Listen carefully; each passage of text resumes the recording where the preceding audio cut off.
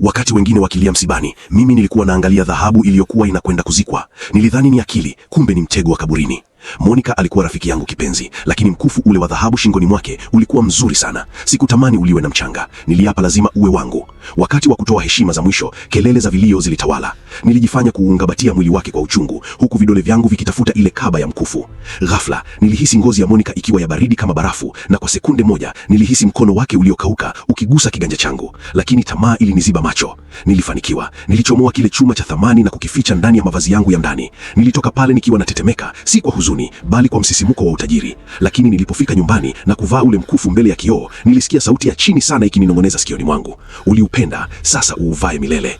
Niliangalia kwenye kioo na kile nilichokiona kikisimama nyuma yangu kilifanya moyo wangu usimame. Je, unadhani Zuhura atafanikiwa kuuvua mkufu huo kabla Monica hajaja kuuchukua? Comment dhahabu kupata episodi ya pili sasa hivi. Nilijiona mrembo kuliko wote, lakini kila mtu aliyenisifia alikuwa anasifia kamba ya kifo iliyoizunguka shingo yangu. Usiku wa sherehe ya rafiki yetu ulifika. Nilivaa vazi langu la gharama na ule mkufu wa Monica. Nilitaka kila mtu ajue mimi ndiye malkia wa mjini, bila kujua mwenye mali yuko nyuma yangu. Katikati ya muziki na vicheko, nilihisi kitu cha ajabu. Mkufu ule ulianza kuwa wa baridi sana, kana kwamba nimevaa kipande cha barafu kilichotoka mochwari. Niliingia maliwato ili nijitazame. Nilijiona mrembo, lakini kwenye kioo pembeni yangu niliona sura ya Monica iliyopasuka kwa ajali ikinitazama kwa chuki. Nilishtuka na kugeuka, lakini hakukuwa na mtu. Niliamua kuvua ule mkufu kwa hofu, lakini hapo ndipo nilipogundua ukweli wa kutisha. Ule mkufu hauna sehemu ya kufungulia tena, umekuwa kama pite iliyozama kwenye nyama. Ghafla taa za maliwato zilizimika. Nilihisi mikono miwili ya baridi ikishika mabega yangu na sauti ya Monica ikanong'ona,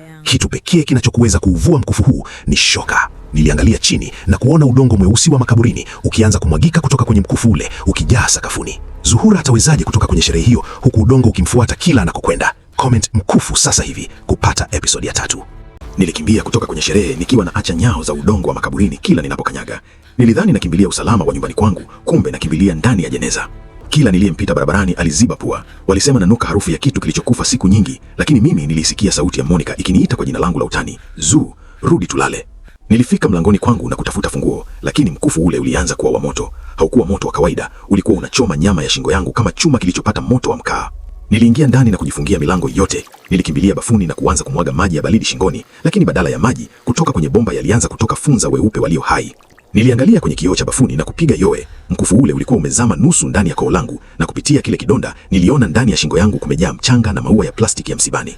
Ghafla simu yangu iliyokuwa mezani ilianza kupiga. Namba iliyokuwa inapiga ilikuwa ni ya Monica, rafiki yangu ambaye nilitoka kumzika saa 12 zilizopita.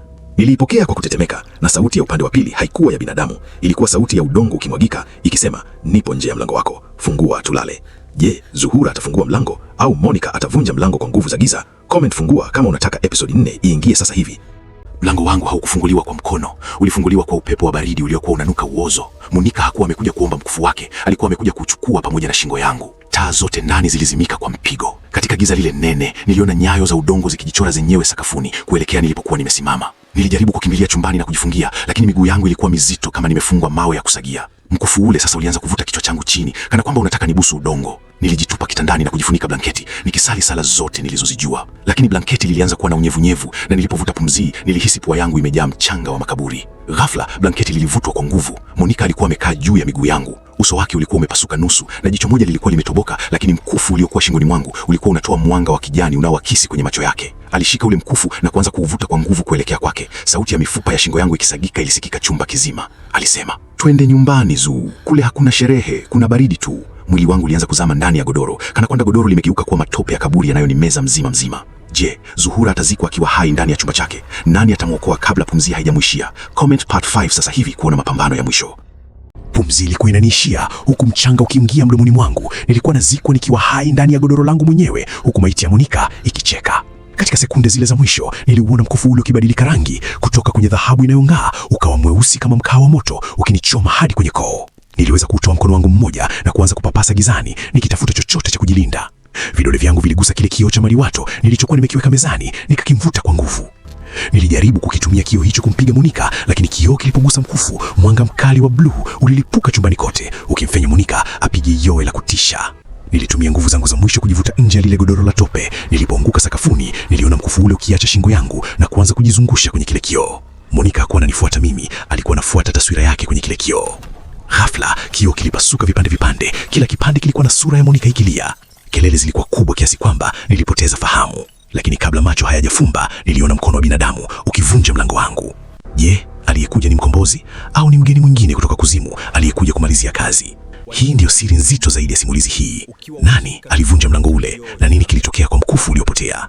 Comment final sasa hivi kupata episode ya mwisho. Nilizinduka nikiwa sakafuni bado, lakini chumba kilikuwa na harufu ya ubani na udongo mbichi. Mkufu haukuwepo, lakini kile kilichobaki shingoni mwangu kilikuwa kibaya zaidi. Majirani walikuwa wamezunguka kitanda changu, nyuso zao zikiwa na hofu. Waliniambia walisikia vishindo vya watu wanapigana, lakini walipovunja mlango niliwakuta nikiwa peke yangu nikikanyaga vipande vya kioo. Niliomba nipewe kioo. Nilipotazama shingo yangu, nilipiga yowe ambalo liliwakimbiza majirani nje ya chumba changu. Hakukuwa na kidonda, bali kulikuwa na alama nyeusi ya kudumu iliyochongwa kwenye ngozi yangu, umbo la ule mkufu wa Monica. Tangu siku hiyo maisha yangu yalibadilika. Kila nikienda sehemu yenye dhahabu, alama ile inaanza kutoa moshi na kunichoma. Sikuweza tena kuvaa urembo wowote shingoni mwangu. Lakini siri ya kutisha zaidi iligundulika mwezi mmoja baadaye. Polisi waliamua kufukua kaburi la Monica kwa ajili ya uchunguzi mwingine. Walipofungua jeneza, walikuta mwili wa Monica ukiwa umeshika kipande cha kioo cha maliwato, kioo changu.